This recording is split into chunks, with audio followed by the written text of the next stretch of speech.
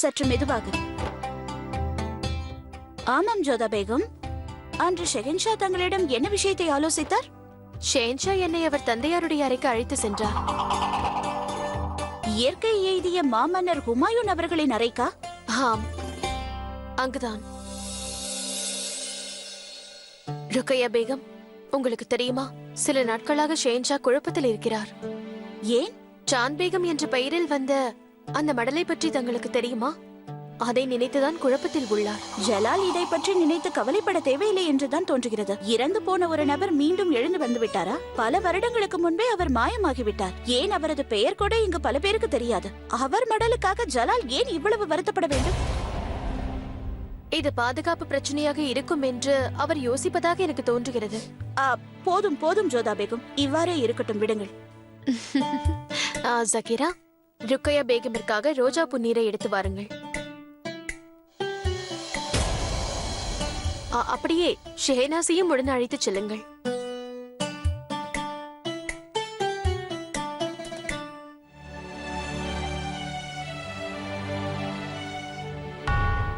இந்த மாளிகையில் என் தாயார் மீது யாருக்கும் கவலை இல்லை என்று தோன்றுகிறது.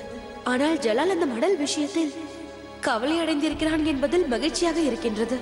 அம்மா எங்கே இருக்கிறார் என்று அவனுக்கு தெரிந்திருக்கும். நான் ஜலாலை கண்காணித்துக் கொண்டே இருக்க வேண்டும். அது என் அம்மாவிடம் என்னை கொண்டு சேர்க்கும். அட்கா அவர்களே, சாந்த் பேகத்தை தேடும் பணி எவ்வளவு தூரம் வந்திருக்கிறது என்று கூறுங்கள். நமது ஒற்றர்களை தேடுவதற்காக அனுப்பி வைத்திருக்கிறேன். எனக்கு தெரிய வேண்டியது அவரது உயிர் ஆபத்தில் இருக்கிறதா இல்லையா என்பதுதான். ஜோதா பேகத்தின் பல்லக்கிற்கு அவரே வந்தாரா, இல்லை அவருக்கு வேறு யாராவது உதவி செய்தார்களா? அதை நாம் தெரிந்து கொண்டால் அவர் இருக்கும் இடத்தை நாம் சுலபமாக கண்டுபிடித்து விடலாம். தாங்கள் கூறுவது சரிதான் உசூர். நான் கோயிலுக்கு அருகில் இருப்பவர்களிடமும் அங்கிருக்கும் கடைக்காரர்களிடமும் விசாரிக்க ஏற்பாடு செய்கிறேன். நிச்சயம் அவர்களில் யாராவது பார்த்திருப்பார்கள். எதை செய்தாலும் விரைவாக செய்யுங்கள். அவரை நான் நலமாக பார்க்க விரும்புகிறேன். சரி அட்கா அவர்களே, ரைவா மீதான தாக்குதல் என்னவாயிற்று? மான்சிங் மற்றும் அஷ்ரப் கான் அவர்களின் தலைமையில் நமது படைகள் ரீவாவை சென்றடைந்துள்ளது. ராஜா ராம்சந்தின் கோட்டையை 4 புறமும் சுற்றி வளைத்துள்ளார்கள். காசிகானோடு சேர்த்து ராம்சந்தரையும் என் முன் உயிரோடு அழைத்து வாருங்கள். அவர்கள் இருவருக்கும் நான் தான் தண்டனை அளிக்க வேண்டும். அதனால் என் எதிரிகளை கைது செய்து என் முன்பு கொண்டு வந்து நிறுத்தச் சொல்லுங்கள். அப்போதுதான் என் எதிரிகளை நான் நிரந்தரமாக அழிக்க முடியும். ஆகட்டும் உசூர்.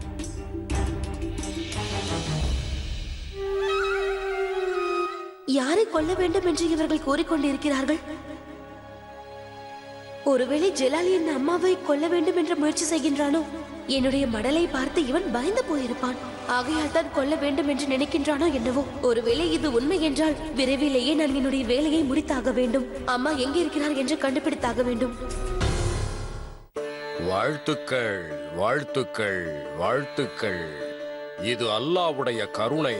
அந்த குதாவின் அருளால் அனைவர் மனதிலும் மகிழ்ச்சி உண்டாகட்டும். அமைதி நிலவட்டும். நிம்மதி நீர்வீழ்ச்சியாக விழட்டும். இன்பம் மழையாய் பொழியட்டும். இதுவே அல்லாவிடம் நான் செய்யும் துவா. எங்களை காப்பாற்று குதா. வாழ்த்துக்கள், வாழ்த்துக்கள், வாழ்த்துக்கள். பக்ஷிபானு அவர்களை இங்கு வரச் சொல்லுங்கள். மௌல்வி அவர்களே, அவர் இப்பொழுது வந்து கொண்டிருக்கிறார்.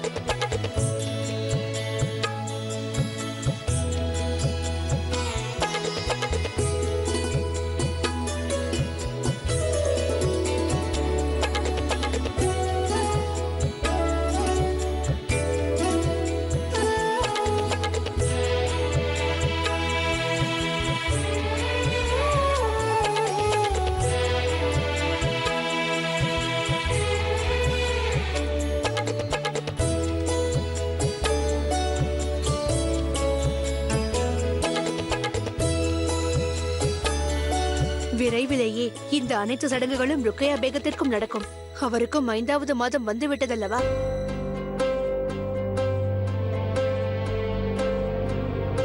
ஷெஹன்ஷா அந்த நாளுக்காகத்தான் காத்து கொண்டிருக்கிறார். பக்ஷி பானுவின் முகத்தில் தெரியும் புன்னகையை பாருங்களே. சிறு வயதிலேயே எனது மகள் பல சங்கடங்களை பார்த்து விட்டாள். இப்பொழுது மறுபடியும் அவளுக்கு மகிழ்ச்சியான தருணம் வந்துவிட்டது. அந்த அல்லாதான் இவள் வாழ்க்கையில் புதைந்து கிடந்த மகிழ்ச்சியை மறுபடியும் கொண்டு வந்திருக்கிறார். ஆமீன்.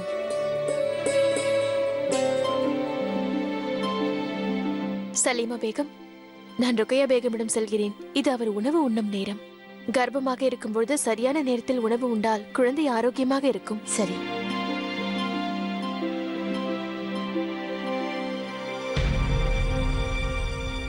என்ன யோசிக்கிறீர்கள் மருத்துவர் அவர்களே?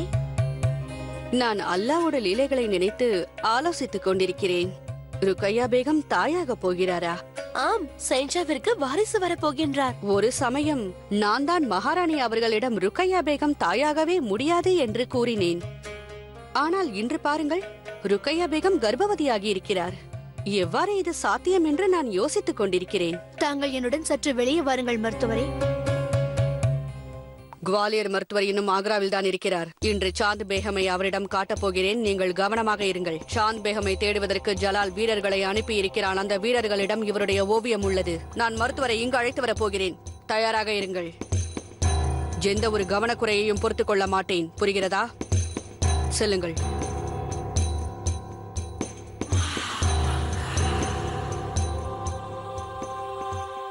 நேற்று உணவில் மசாலாவை யாரை கேட்டு செய்தீர்கள்? அது ருக்கையா பேகம் அவர்கள் தான். ருக்கையா பேகம் கர்ப்பவதி. அவருக்கு அப்படித்தான் தோன்றும். நாம் தான் பார்த்துக் கொள்ள வேண்டும். இனி அவருக்கு சாத்வீகமான எளிமையான உணவைத்தான் வழங்க வேண்டும். புரிந்ததா? சரி. ஜோதா ஜோதா, எனக்கு எனக்கு இது வேண்டும். ஆனால் இதை வைத்து நீ என்ன செய்ய போகிறாய் ஷேனாஸ்? இதை சிறிய படகு போல கோட்டையில் உள்ள நீரோடையில் போட்டுவிட்டு மிதந்து வருவேன். அப்படியெல்லாம் செய்ய வேண்டிய அவசியமில்லை ஷேனாஸ். நான் உங்களுக்கு உண்மையான படகையே அளிக்கிறேன், சரியா? உண்மையான படகா? நிஜமா? ஆம், நிஜமாகத்தான்.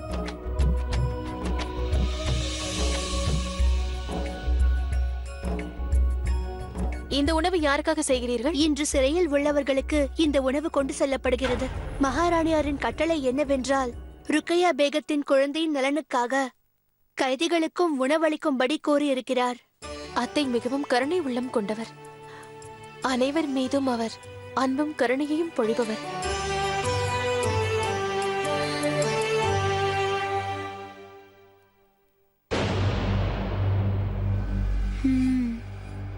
இந்த உணவு சிறைச்சாலைக்கு செல்கின்றதா? என்னுடைய அம்மா அங்கு இருக்க வாய்ப்பு இருக்கின்றது. என்ன இவ்வாறு கூறுகிறீர்கள் மருத்துவரே?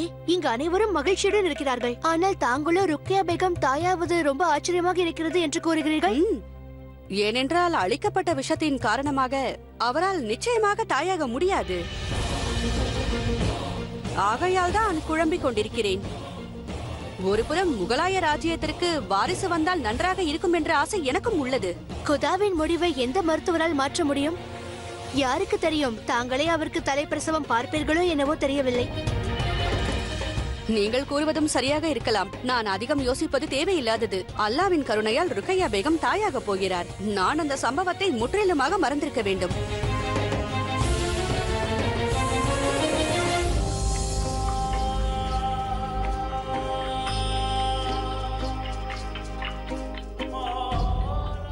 தாங்கள் என்னை அழைத்தீர்களா ஷெஹன்ஷா? நான் தாங்கள் ருக்கையா பேகத்தை பற்றி வேறொரு பேகத்தோடு பேசிக் கொண்டிருந்தீர்கள். எனக்கு தெரிய வேண்டியது என்னவென்றால், எதற்காக என் இதயத்தை இப்படி காயப்படுத்துகிறீர்கள்? என்னை மன்னியுங்கள் ஷெஹன்ஷா. தங்களை காயப்படுத்த வேண்டும் என்பது என் எண்ணம் அல்ல. ருக்கையா தாயாக போகிறார் என்றால் அது அந்த குதாவின் கருணைதான். ஆனால் இதற்கு முன்பு அவர் கரு கலைந்த விதம் இருக்கிறதே. நான் அப்போது அங்குதான் இருந்தேன். அவருக்கு அளிக்கப்பட்ட அந்த நஞ்சு இருக்கிறதே. கூற வருவதை பயமில்லாமல் கூறுங்கள். ஷெஹன்ஷா, அவருக்கு அளிக்கப்பட்ட அந்த நஞ்சானது ஒரு பெண் தாயாவதற்கான அனைத்து உறுப்புகளையும் அது செயலிழக்க செய்துவிடும். அந்த கரு கலைந்த பிறகு மீண்டும் கருத்தரிக்க வாய்ப்பே இல்லை. ஆனால் மதுராவில் இருந்து வந்த அந்த மூத்த வைத்தியர் அவரை முழுவதுமாக பரிசோதித்திருக்கிறார். அவரது அனுபவத்தை நாம் குறை சொல்ல முடியாது. ஷெஹன்ஷா, நானும் தான் மகாராணியாரிடம் சென்று கூறினேன், ருக்கையா தாயாகி இருக்கிறார், இது அல்லாவின் கருணை என்று கூறினேன். ஆனால் இப்போது கூட அவ்வாறு நடக்க சாத்தியமாகுமா என்று என்னால் நம்பவே முடியவில்லை. நானும் இந்த சாம்ராஜ்யத்தின் நலனை கோருபவள்தான் ஷெஹன்ஷா. சரி, தாங்கள் செல்லலாம்.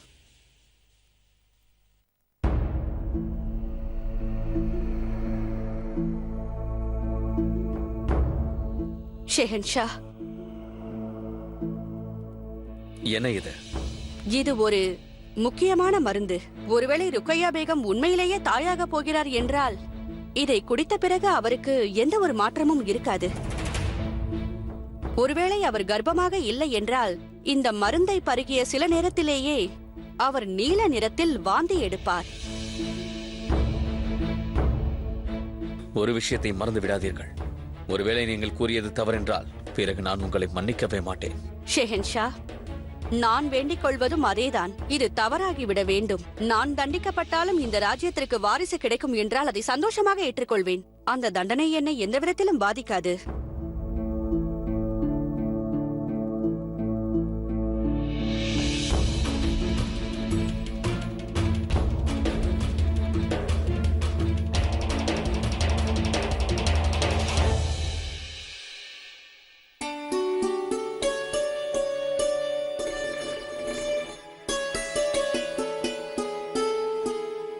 ருக்கையா பேகம், எழுந்திருங்கள். அட, ஜோதா பேகம் தாங்களா?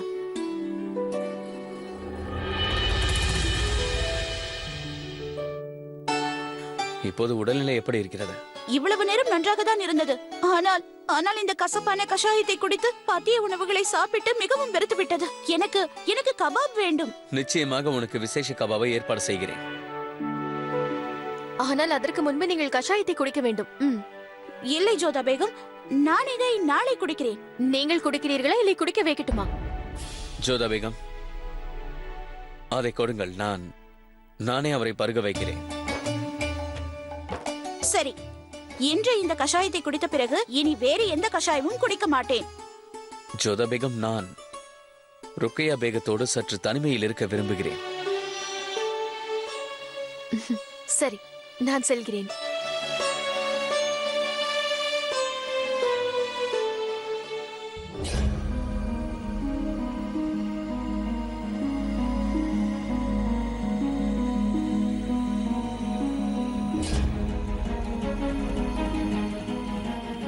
ருக்கையா பேகம்,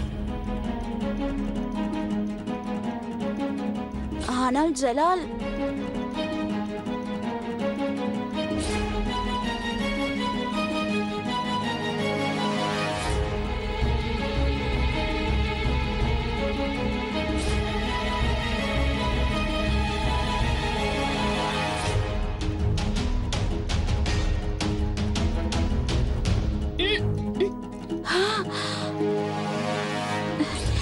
மிகவும் கசப்பாக இருக்கிறது ஜலால்.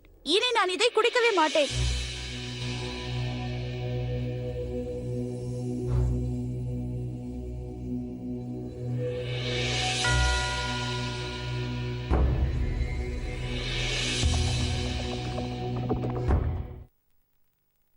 தங்களுக்கு தெரியுமா ஜலால், இன்று நான் மிகவும் மகிழ்ச்சியாக இருக்கிறேன். இன்று நான் கேட்காமலேயே தாங்கள் என்னுடன் இருக்க ஒப்புக்கொண்டுள்ளீர்கள். நேரம் முடிந்துவிட்டது. ருக்கையாவுக்கு நீல நிறத்தில் வாந்தி வரவில்லை. அப்படி என்றால் மருத்துவரின் கணிப்பு தவறாகும். குதாவே, உனக்கு மிக்க நன்றி. இது அனைத்தும் நாடகம் அல்ல. ருக்கையா பேகம், உண்மையை கூற வேண்டும் என்றால் நான் இன்னமும் அதிக நேரம் உன்னோடு பொழுதை கழிக்க ஆசைப்படுகின்றேன். இனி நீ புகார் செய்யும் வண்ணம் நடந்து கொள்ள மாட்டேன். சிறு வயதில் நான் உன்னோடு எப்படி நடந்து கொண்டேனோ அதே போல் இனியும் நடந்து கொள்வேன். உண்மையாகவா?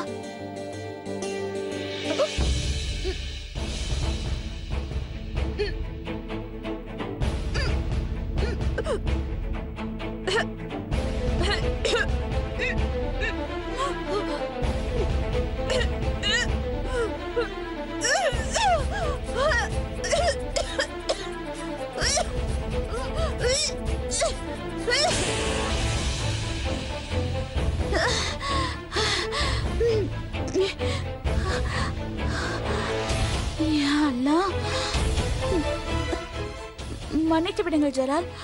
நான் தான் கூறினேன் அல்லவா, அந்த கஷாயத்தை என்னால் குடிக்க முடியவில்லை. பாருங்கள் இப்பொழுது என்ன நேர்ந்தது என்று. ஜலால், எனக்கு வருத்தமாக இருக்கிறது. ஜோதா பேகம் எனக்காக எவ்வளவு கஷ்டப்பட்டு இதை செய்திருக்கிறார். தாங்கள் எவ்வளவு அன்பாக இதை எனக்கு கொடுத்தீர்கள். ஆனால் என்ன செய்வது, இது போன்ற நேரங்களில் வாந்தி வருவது சகஜம்தான். அவருக்கு அளிக்கப்பட்ட அந்த நஞ்சுக்கு பிறகு எந்த ஒரு பெண்ணாலும் தாயாக முடியாது. பரவாயில்லை, அப்படி நடப்பது இயல்புதான். நான் தாசியை வர சொல்கிறேன். ஆகட்டும். ஹசூர், தவறு நடந்து விட்டது. நான் ஒரு சூழ்நிலை கைதி.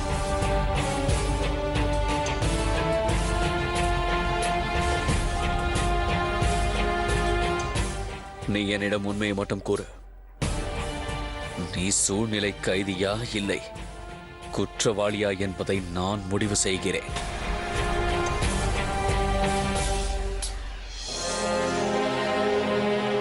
ஹசூர், என்னிடம் ருக்கையா பேகம் கூறினார், உங்களிடம் ஒரு செய்தி கூற வேண்டும் என்றார். அதாவது ருக்கையா பேகம் கர்ப்பமாக இருக்கிறார் என்ற ஒரு பொய்யை.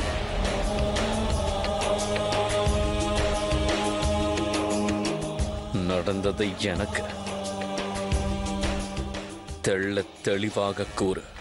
ஹசூர், தங்களுடைய ஓராண்டு திருமண கொண்டாட்டத்தின் போது ருக்கையா பேகம் அவர்கள் என்னை வர சொல்லியிருந்தார்.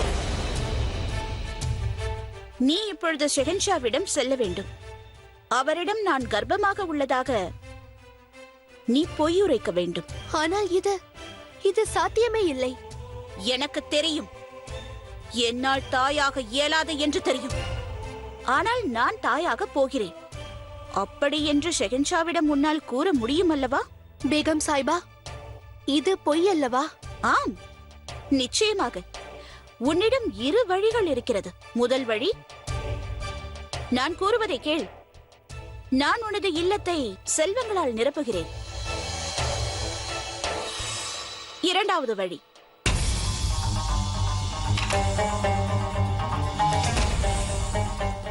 உன்னை அது நேராக இடுகாட்டிற்கு அழைத்து செல்லும். எவ்வளவு பெரிய பொய்! இவ்வளவு பெரிய நம்பிக்கை துரோகமா? இவ்வளவு பெரிய ஏமாற்றமா? நீயும் உன் பொறுப்பிலிருந்து, உன் கடமையிலிருந்து ஷெஹன்ஷாவிற்கு துரோகம் செய்திருக்கின்றாய்.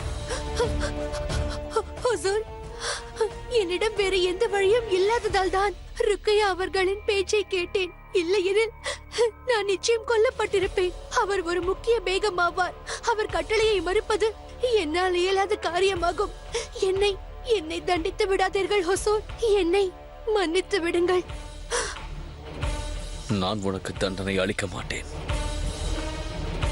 ஏனென்றால் நீ சூழ்நிலை கைதி.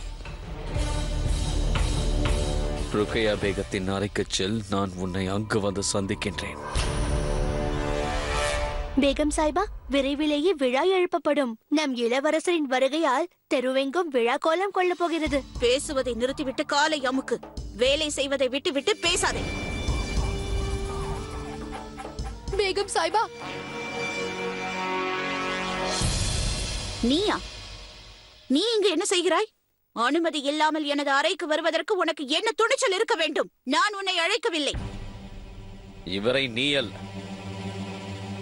நான் தான் இங்கு வரவழைத்தேன்.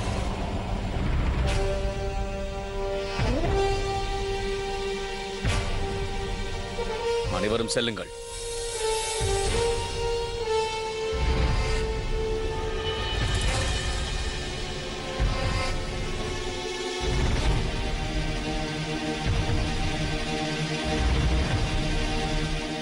ஜலால், நான் நன்றாக தான் இருக்கிறேன். இவரை எதற்காக அழைத்தீர்கள்?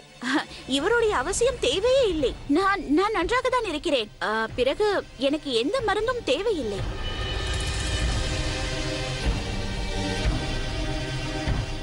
என்ன விஷயம் ஜலால்?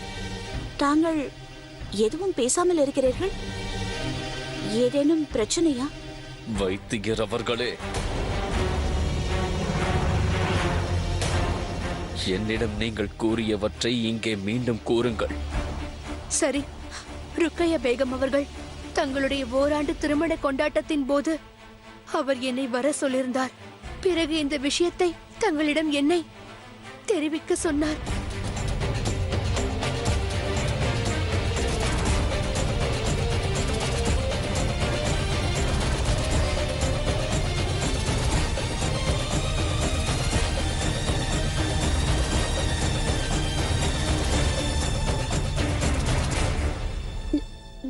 ஜலால், நான் நான் தவறு செய்து விட்டேன் ஜலால்.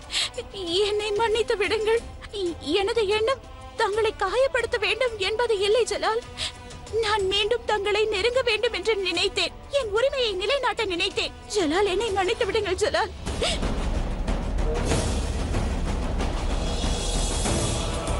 தவறு செய்தவர்களுக்கு தான் மன்னிப்பு அளிக்கப்படும் ருக்கையா, குற்றவாளிகளுக்கு அல்ல.